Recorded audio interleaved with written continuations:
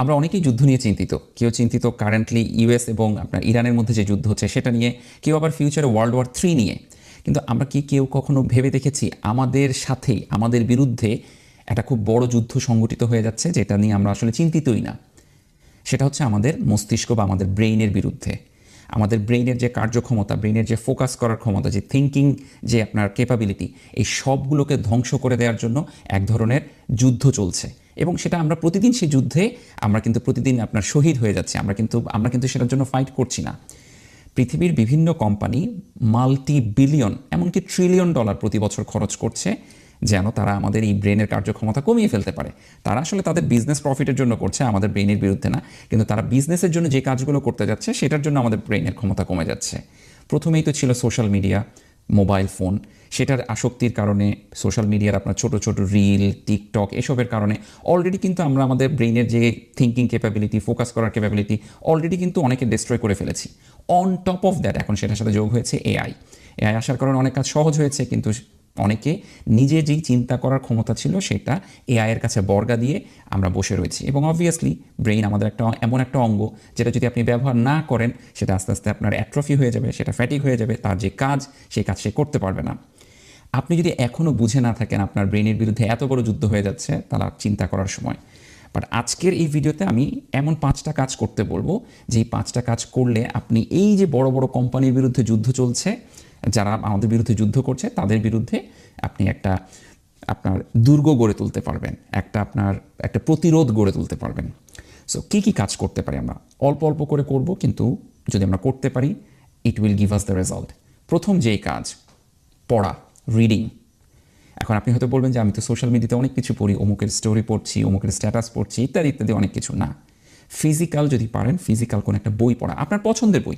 আপনি হয়তো non fiction, যেগুলো আপনার হচ্ছে যে যেমন আমার নন ফিকশন খুব পছন্দের, হ্যাঁ, আমি নন ফিকশন বই পড়তে পছন্দ। কিন্তু অনেকের হয়তো ফিকশন পছন্দ, অনেকে কল্পনার রাজ্যে হারিয়ে যেতে চান। আপনার যেটা পড়তে পছন্দ হয় পড়ুন। একটা ফিজিক্যাল বই হলে খুবই ভালো হয়।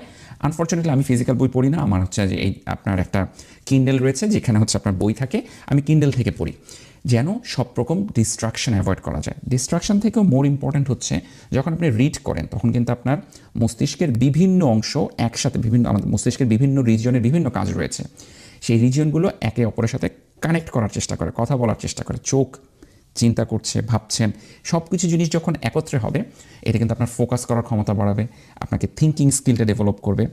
এবং এটা এমন একটা হ্যাবিট, এটাকে আপনাকে আস্তে আস্তে গ্রো করতে হবে। This is the first step. যে আপনি যদি কোনো কিছু রিড না করতে পারেন, মানে একটা জিনিস যদি 10-15 মিনিট 20 মিনিট যদি আপনি বসে পড়তে না পারেন, তাহলে তো অলরেডি সিরিয়াস ড্যামেজ হয়ে গিয়েছে ব্রেনের। সেটার জন্য আপনাকে অল্প অল্প করে বিল্ড করতে হবে। প্রতিদিন 1 পেজ, 2 পেজ, 3 পেজ করে আস্তে আস্তে 5-10 পেজ করে পড়ার চেষ্টা করুন, বাট শুরু করুন।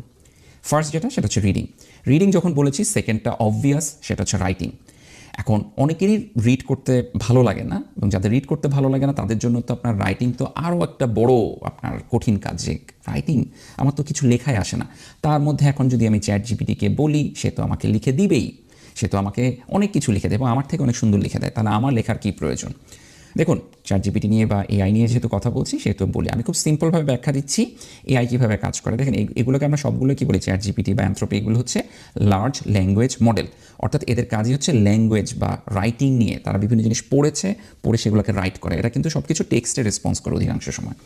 সেটা করতে গিয়ে কী হয়েছে, সে যখন পড়তে শিখেছে এবং লিখতে শিখেছে, সাথে সাথে কিন্তু তার থিঙ্কিং স্কিলও ডেভেলপ হয়েছে।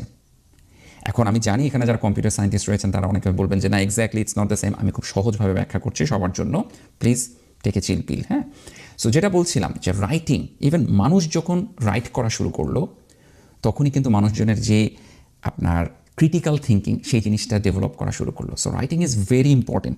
রাইটিং যখন আপনি করবেন, তখন না, মানে অনেক সময় আমরা মনে করি যে এটা লেখার কি দরকার, কিন্তু আপনি যদি ছোটো যে আজকে দিনে কী কী পড়লেন সেটার যদি একটা নোট ডাউন করেন, যে একটা সামারি করলেন, অথবা আমি সবসময় খুব পছন্দ করি একটা জিনিস, সেটা হচ্ছে ডেইলি জার্নালিং। যে আজকে দিনে আপনার জীবনে কী ঘটলো, কী শিখলেন, কোন একটা বিষয় আপনাকে খুব নাড়া দিয়েছে, কোন একটা বিষয় আপনাকে খুব কষ্ট দিয়েছে, কোন একটা বিষয়ের জন্য আপনি খুব গ্র্যাটিটিউড বা আপনার স্বস্তি ফিল করছেন, সেই জিনিসগুলো যদি আপনি লিখেন, ইভেন ওই অতটুকু লিখতে গেলেও আপনার কিন্তু দেখবেন যে অনেক উপকার হবে। দেখুন আজকের এই যে ভিডিওটা করছি সেটার জন্য কিন্তু আমি একটা আমার ডায়েরিতে বসে আমি লিখেছি যে আচ্ছা কী পয়েন্ট নিয়ে আমি কথা বলতে পারি। সেটার জন্য আমি ভেবেছি আচ্ছা এটা হতে পারে, ওটা হতে পারে। আমার ব্রেনকে কিন্তু আমি কাজে লাগাচ্ছি। কিন্তু এটাই কিন্তু আমি আমার কম্পিউটারে এখানে দিয়ে কিন্তু তাকে চ্যাটজিপিটিকে বলতাম যে লিখে দাও কিছু একটা, এবং সেটাই আমি বলতাম। বাট তাতে কিন্তু আমার ব্রেইনের ব্যবহার হতো না। আপনি যখনই প্রতিদিন অল্প অল্প করে লিখবেন, দেখবেন যে এটা আপনাকে আপনার ব্রেইনের ফোকাস, আপনার ক্রিটিক্যাল থিঙ্কিং। আর আমি যেটা বিশ্বাস করি, এবং সেই জন্য আমি সবসময় একটা ডায়েরি এবং একটা পেন রাখি, কারণ হচ্ছে আমি মনে করি যে কোনো কিছু নিয়ে গভীরভাবে চিন্তা করার জন্য আপনাকে লিখতে হবে। কারণ লেখা এমন একটা জিনিস, চিন্তা ছাড়া আপনি লিখতে পারবেন না। চিন্তা ছাড়া আপনি অনর্গল কথা বলতে পারবেন, চিন্তা ছাড়া আপনি অনেক কিছু করতে পারবেন, হ্যাঁ, কিন্তু চিন্তা ছাড়া আপনি লিখতে পারবেন না। লিখতে হলে আপনাকে চিন্তা করতে হবে মাস্ট। সো আপনার ব্রেইনকে ওই জায়গাটায় পুশ করা। আচ্ছা, নেক্সট যে বিষয়টা সেটাকে আমরা বলি হচ্ছে, আমি যেটা নাম দিচ্ছি সেটা হচ্ছে আপনার থিঙ্কিং ওয়াক। এখন দেখুন, প্রতিদিন হাঁটা এটা কিন্তু খুব দরকারি, যে কোনো স্বাস্থ্যের বেনিফিটের জন্য খুব খুব প্রয়োজনীয়। আপনি যে কোনো গাইডলাইন দেখেন, সেটা ওয়ার্ল্ড হেলথ অর্গানাইজেশন হোক, সিডিসি হোক, যত ধরনের আপনার টপ আমাদের মেডিকেল সোসাইটি রয়েছে, সবারই কথা হচ্ছে প্রতি সপ্তাহে অন্তত আপনি 150 মিনিট হাঁটবেন, এবং তাতে আপনার ব্রেইন সহ আপনার বডির বিভিন্ন জায়গায় অনেক উপকার রয়েছে। কিন্তু আমি পার্টিকুলারলি এটাকে বলছি থিঙ্কিং ওয়াক। কেন? ওয়াক করার সময় আমরা যখন হাঁটি, আমরা অনেক সময় কী করি, অনেক সময় কারোর সাথে ফোনে কথা বলি, অনেক সময় পডকাস্ট শুনি, অনেক সময় গান শুনি। ভালো, আমি নিজেও সেটা করি। কিন্তু কিছু কিছু দিন আপনি হাঁটবেন কোনো কিছু ছাড়া, হাঁটবেন আর ভাববেন। কি ভাববেন? আকাশ কুসুম, আকাশ বাতাস, যেটাই নিয়ে আপনি ভাবতে ইচ্ছা করে ভাববেন, কিন্তু ভাববেন। ভাবাটাই একটা এক্সারসাইজ। হাঁটবেন এবং ভাববেন, দুটো বেনিফিট। ওই যে আপনি অনেকক্ষণ ধরে ভাবছেন, আপনি অবভিয়াসলি হাঁটতে বের হলে অ্যাটলিস্ট আধা ঘন্টা তো হাঁটবেন।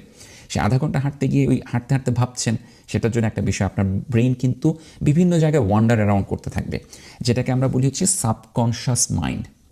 সো আপনি ওই ধরনের থিঙ্কিং ওয়াক করলে আপনার সাবকনশাস মাইন্ডটাই কিন্তু অ্যাক্টিভেট হবে, কনশাস মাইন্ড না কিন্তু। কারণ ওই যে ভবঘুরে মন অনেক কিছু আপনাকে দিবে, এবং ওই সাবকনশাস মাইন্ড থেকে আপনার হয়তো নতুন কোনো ক্রিয়েটিভ আইডিয়া আসবে, নতুন কোনো ইনোভেটিভ আইডিয়া আসবে, যেটা আপনাকে আপনার কাজে, আপনার পড়াশোনায় আপনাকে হেল্প করবে অনেক। সেটা খুবই ইম্পর্ট্যান্ট। আর যেই কোনো রিসার্চ, বিশেষ করে এখন এটা খুব বেশি ফোকাস করা হয়, বিশেষ করে যারা একটু আমাদের বয়স হচ্ছে 40 দিকে আমরা আগাচ্ছি বা 40+, আমরা কিন্তু আরেকটা জিনিস নিয়ে আমাদের ব্রেন নিয়ে চিন্তিত না। সেটা হচ্ছে যে আমাদের সবার আয়ু বাড়ছে, গড় আয়ু কিন্তু বাড়ছে। গড় আয়ু বাড়লে কি আসবে জানেন? ডিমেনশিয়া বা আলজাইমার্স, আমরা বিভিন্ন নামে, মানে যেটা হচ্ছে মানুষজনের স্মৃতি শক্তি হারিয়ে যাওয়া। সবচেয়ে কেউ যদি এই ডিজিজটা সম্পর্কে না জেনে থাকেন, নোটবুক নামে একটা খুব জনপ্রিয় মুভি আছে, সেটা দেখবেন, যে মানুষ ভুলে যায়, একসময় কিছু মনে রাখতে পারে না। এই ডিমেনশিয়া এবং আলজাইমার্স, এটা কিন্তু ইটস কামিং ফর আস। বয়স যখন আমাদের 60-65+, এবং এখন যেহেতু বললাম যে আমাদের যেহেতু গড় আয়ু বাড়ছে, it will come for us. এবং যে কোনো রিসার্চ এখন পর্যন্ত আমরা দেখেছি, সব রিসার্চে একটা জিনিস, যদি আপনি ফিজিক্যালি অ্যাক্টিভ থাকেন, আপনি যদি প্রতিদিন হাঁটেন, ওই যেটা বললাম যে সপ্তাহে যদি 150 মিনিট হাঁটেন, সেটা আপনার ডিমেনশিয়া হওয়ার রিস্ক অ্যাটলিস্ট 50% কমায়, অ্যাটলিস্ট 50%।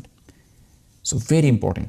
নেক্সট যেটা নিয়ে কথা বলবো সেটা হচ্ছে ওই যেটা বললাম যে অধিকাংশ এই যে $multi-billion কোম্পানিগুলো যেটার কারণে আমাদেরকে অ্যাটাক করছে, সেটা হচ্ছে মোবাইল ফোন, মোবাইল ডিভাইসটা। তাহলে সেটার জন্য আমাদের কিছু একটা করা দরকার।